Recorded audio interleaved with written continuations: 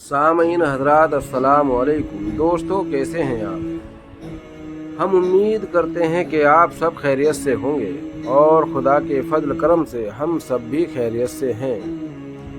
تو دوستو جیسا کہ ہمارا موقف ہے فضیلت اہل بیت بیان کرنا اور جلیل القدر صحابہ کون ہیں اور مسلمانوں میں خانہ جنگی کہاں سے شروع ہوئی۔ دوستو ان باتوں کو سمجھنا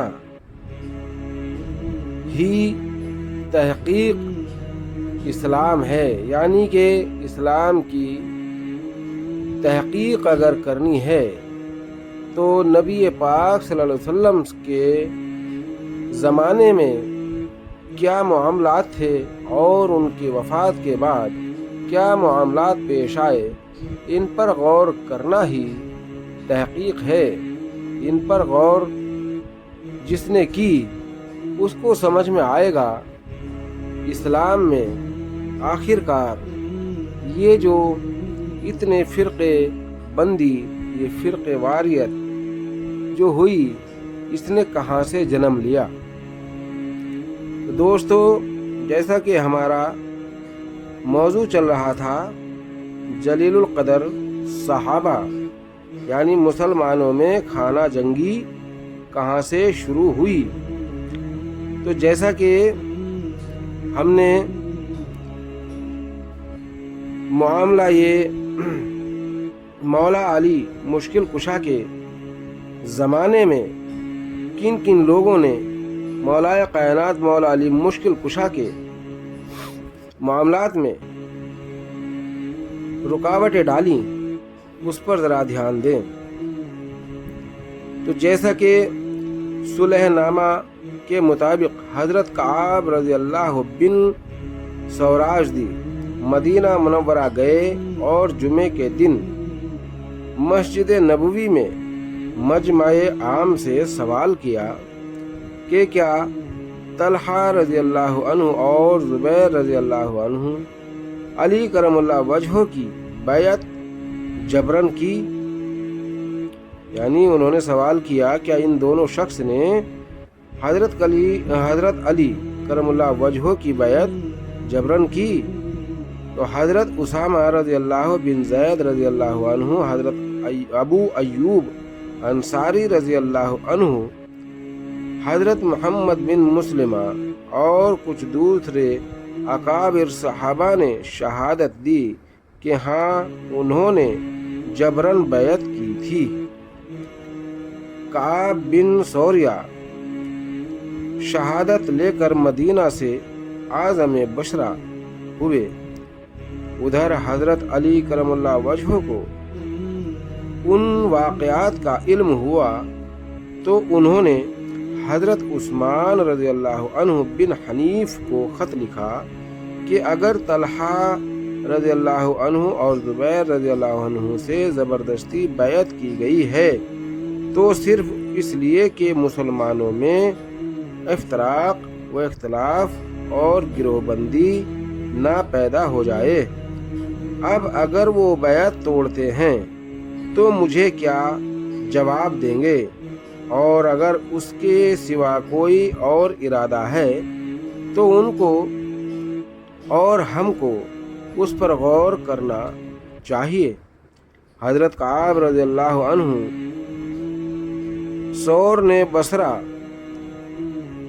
پہنچ کر لوگوں کو حقیقت حال سے آگاہ کیا تو صلح نامہ کا العدم ہو گیا، اور حضرت طلحہ رضی اللہ عنہ اور حضرت زبیر رضی اللہ عنہ حضرت عثمان رضی اللہ بن حنیف سے مطالبہ کیا، یعنی ان دونوں نے حضرت طلحہ زبیر نے حضرت عثمان بن حنیف سے مطالبہ کیا کہ وہ بصرہ کا قبضہ ان کے حوالے کر کے شہر خالی کر دیں۔ حضرت عثمان رضی اللہ عنہ نے حضرت علی کرم اللہ وجہہ کے خط کی روشنی میں ان کا مطالبہ ماننے میں عذر کیا اور کہا کہ ہمیں سارے معاملے کا نئے سرے سے جائزہ لینا چاہیے۔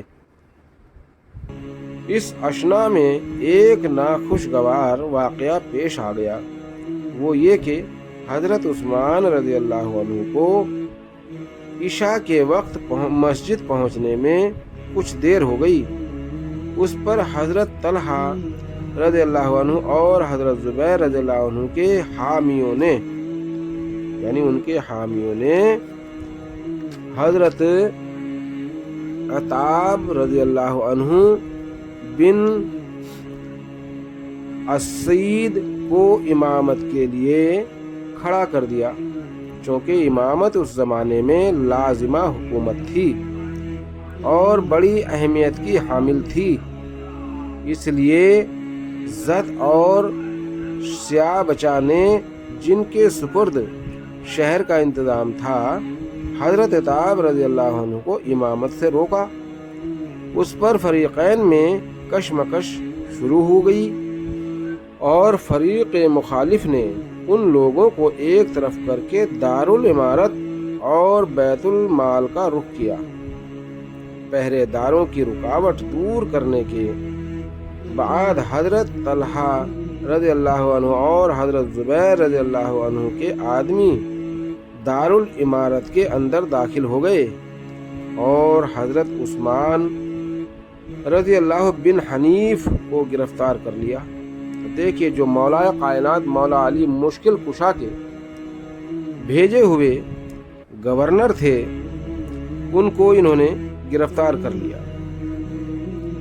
بعض جوشیلے لوگ انہیں قتل کرنا چاہتے تھے، لیکن ام المؤمنین رضی اللہ عنہ کو پتہ چلا تو انہوں نے حضرت طلحہ رضی اللہ عنہ اور حضرت زبیر رضی اللہ عنہ سے مشورہ کرنے کے بعد حکم دیا کہ ان کی جان کو کوئی گزند نہ پہنچے، یعنی کوئی ضرر نہ پہنچے ان کی جان کو، البتہ انہیں قید رکھا جائے۔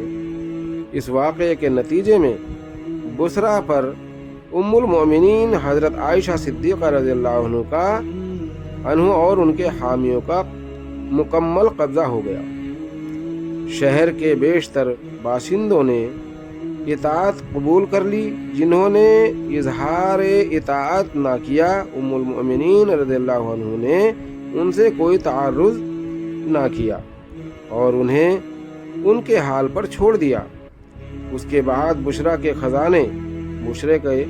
خزانے بیت المال سے اصلاح پسند لشکر کے سپاہیوں کی تنخواہیں تقسیم ہوئی اور مدینہ، دمشق اور کوفہ وغیرہ میں آدمی بھیج کر لوگوں کو بصرہ پر قبضے کی اطلاع دی گئی۔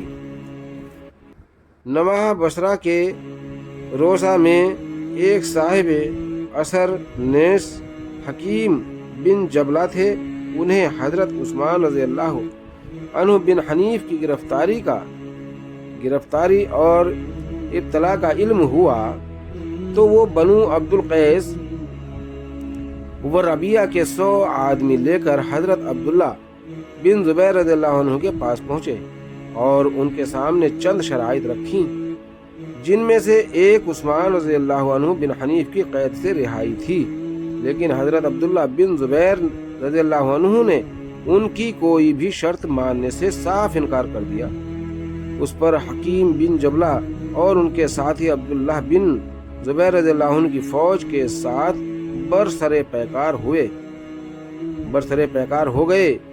بصرہ کے قریب فریقین میں گھمسان کی لڑائی ہوئی، جس میں حکیم بن جبلہ اور ان کے کثیر رفقا کام آئے۔ حضرت طلحہ رضی اللہ عنہ اور حضرت زبیر رضی اللہ عنہ کو اس واقعے کی خبر ہوئی تو انہوں نے ام المؤمنین کی خدمت میں ایک آدمی بھیج کر حضرت عثمان رضی اللہ عنہ بن حنیف کو قید سے رہا کرا دیا۔ وہ رہا ہو کر سیدھے حضرت علی کرم اللہ وجہہ کی خدمت میں پہنچے، جو اس وقت مدینہ سے چل کر رند میں مقیم تھے۔ اس کے جلد ہی بعد جنگ جمل پیش آئی اور بشرا دوبارہ حضرت علی کرم اللہ وجہہ کے قبضے میں آ گیا۔ لیکن اب اس کے گورنر حضرت عبداللہ بن عباس رضی اللہ عنہ مقرر ہوئے۔ حضرت عثمان رضی اللہ عنہ بن حنیف کوفہ چلے گئے اور وہیں مستقل اقامت اختیار کر لی۔